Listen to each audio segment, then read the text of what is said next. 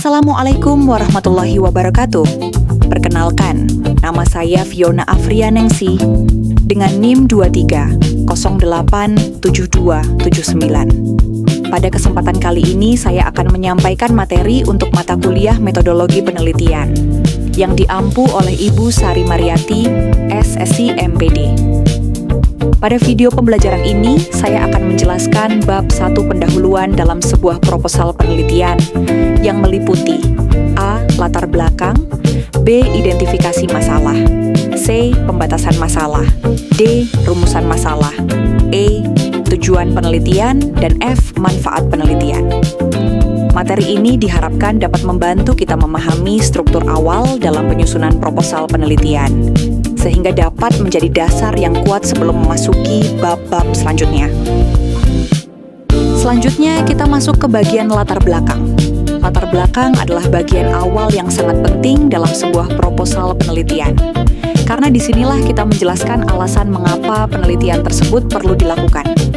Pada bagian ini, kita memaparkan kondisi nyata yang terjadi di lapangan, fenomena yang sedang berlangsung, serta masalah atau kesenjangan yang muncul. Latar belakang juga harus dilengkapi dengan fakta atau data pendukung, serta teori-teori yang relevan, sehingga pembaca dapat memahami bahwa masalah yang diangkat memang benar-benar penting untuk diteliti. Secara sederhana, latar belakang membantu pembaca memahami dari mana penelitian ini berasal, apa urgensinya, dan apa dampaknya jika masalah tersebut dibiarkan begitu saja. Sebagai contoh, dalam konteks pendidikan jasmani, kita dapat melihat bahwa beberapa tahun terakhir terjadi penurunan kebugaran jasmani pada siswa SMP. Hal ini banyak dipengaruhi oleh rendahnya aktivitas fisik dan meningkatnya penggunaan gadget. Dampaknya cukup signifikan, mulai dari menurunnya stamina hingga kurang optimalnya siswa mengikuti pelajaran PJOK. Karena itulah, penelitian yang berkaitan dengan efektivitas latihan kebugaran jasmani menjadi sangat penting untuk dilakukan. Berikutnya adalah bagian identifikasi masalah. Identifikasi masalah merupakan langkah untuk menguraikan berbagai masalah yang muncul dari latar belakang.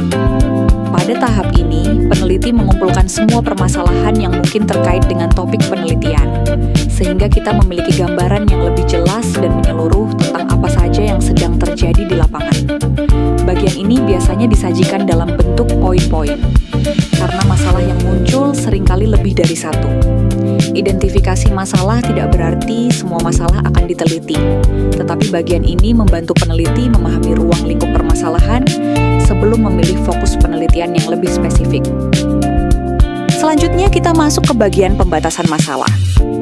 Pembatasan masalah sangat penting karena tidak semua masalah yang sudah kita identifikasi dapat diteliti sekaligus. Jumlah waktu, kemampuan, serta ruang lingkup penelitian yang terbatas membuat peneliti harus memilih satu fokus utama yang benar-benar ingin diteliti. Tujuan dari pembatasan masalah adalah agar penelitian tidak melebar dan tetap berada pada jalur yang jelas. Dengan membatasi masalah, penelitian menjadi lebih terarah, lebih mendalam, dan lebih mudah dianalisis. Bagian ini juga membantu pembaca memahami apa yang menjadi batasan dan ruang lingkup penelitian kita. Selanjutnya, rumusan masalah. Rumusan masalah merupakan pertanyaan penelitian yang disusun berdasarkan hasil pembatasan masalah. Rumusan ini berfungsi sebagai arah dan fokus utama penelitian, sehingga peneliti mengetahui apa yang ingin dicari dan dijawab. Menurut Sugiono, 2018, rumusan masalah harus jelas, spesifik, dan dapat diuji secara empiris. Arikunto, 2019, menambahkan bahwa rumusan masalah yang baik akan memudahkan peneliti dalam menentukan tujuan penelitian, metode pengumpulan data, serta teknik analisis yang sesuai. Sebagai contohnya seperti, apakah latihan sirkuit training berpengaruh terhadap peningkatan kebugaran jasmani siswa kelas 8? Berikutnya tujuan penelitian. Tujuan penelitian merupakan jawaban dari rumusan masalah dalam bentuk pernyataan yang ingin dicapai peneliti. Tujuan harus disusun secara spesifik, jelas, dan dapat diukur agar hasil penelitian lebih terarah. Nasution, 2020, menyatakan bahwa tujuan penelitian harus menggambarkan hubungan antar dua variabel atau lebih secara sistematis, sehingga proses pengumpulan data, pemilihan metode, dan analisis dapat dilakukan dengan tepat. Dengan tujuan yang terdefinisi baik, penelitian menjadi lebih fokus dan mudah dievaluasi. Manfaat penelitian adalah bagian yang menjelaskan kegunaan hasil penelitian bagi berbagai pihak. Manfaat dapat bersifat teoritis maupun praktis. Manfaat teoritis berhubungan dengan pengembangan ilmu pengetahuan, misalnya memperkuat teori yang sudah ada atau memberikan temuan baru. Sementara itu, manfaat praktis ditujukan bagi pihak yang secara langsung dapat menggunakan hasil penelitian, seperti guru, siswa, pelatih, atau lembaga pendidikan. Menurut Sugiono, 2019, manfaat penelitian harus dituliskan secara relevan dengan fokus dan tujuan penelitian, agar hasilnya dapat diterapkan secara nyata.